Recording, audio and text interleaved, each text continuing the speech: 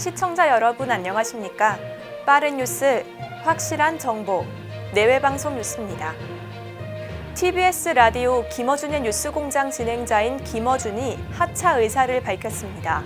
김어준은 오늘 김어준의 뉴스공장 방송에서 첫 방송 이후 6년 2개월 만이라면서 앞으로 3주 더 뉴스공장을 진행한다고 밝혔습니다. 그러면서 사정이 있다며 그 이야기는 추후에 하겠다고 말했습니다. 김어준은 2016년 9월부터 김어준의 뉴스공장을 진행했으며 TBS에서 라디오 청취율 2위를 지켜왔지만 정치 편향성과 출연료 등의 이유로 지속해서 논란에 휩싸였습니다.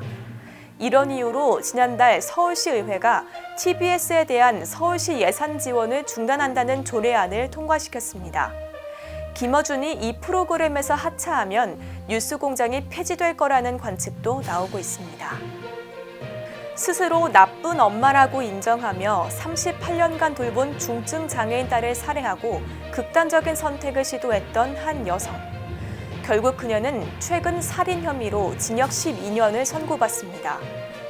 38년간 뇌병변으로 의사소통조차 되지 않는 딸을 대소변을 받아가며 돌봤고 엎친 데 덮친 격으로 대장암 말기 진단까지 받아 고통스러워하는 딸의 모습까지 보게 됩니다. 이제는 딸을 피해자라고 불러야 하는 그녀. 그녀의 아들은 아픈 누나를 정성스럽게 돌봐줬고 항상 긍정적으로 생각하던 분이라며 법정에서 어머니를 증언했습니다. 지난 5월 인천의 한 아파트에서 딸에게 수면제를 먹이고 살해한 혐의를 받는 그녀는 딸과 같은 길을 떠나기 위해 수면제를 먹는 극단적인 선택을 하다 아들에게 발견됩니다.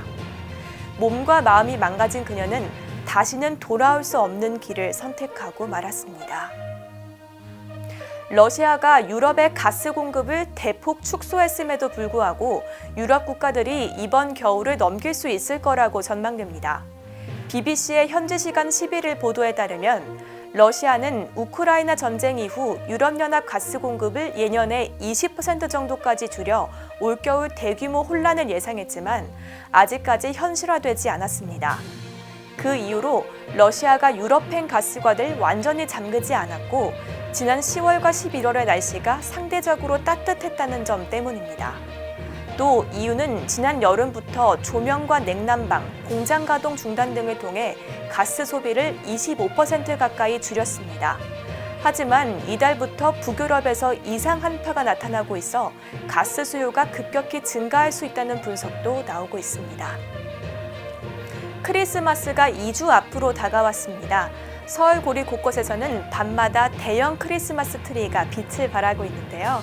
퇴근길에는 크리스마스 트리 앞에서 인생샷을 찍으면서 작은 힐링을 해보는 건 어떨까요? 내외방송 뉴스를 마칩니다. 시청해주신 여러분 고맙습니다.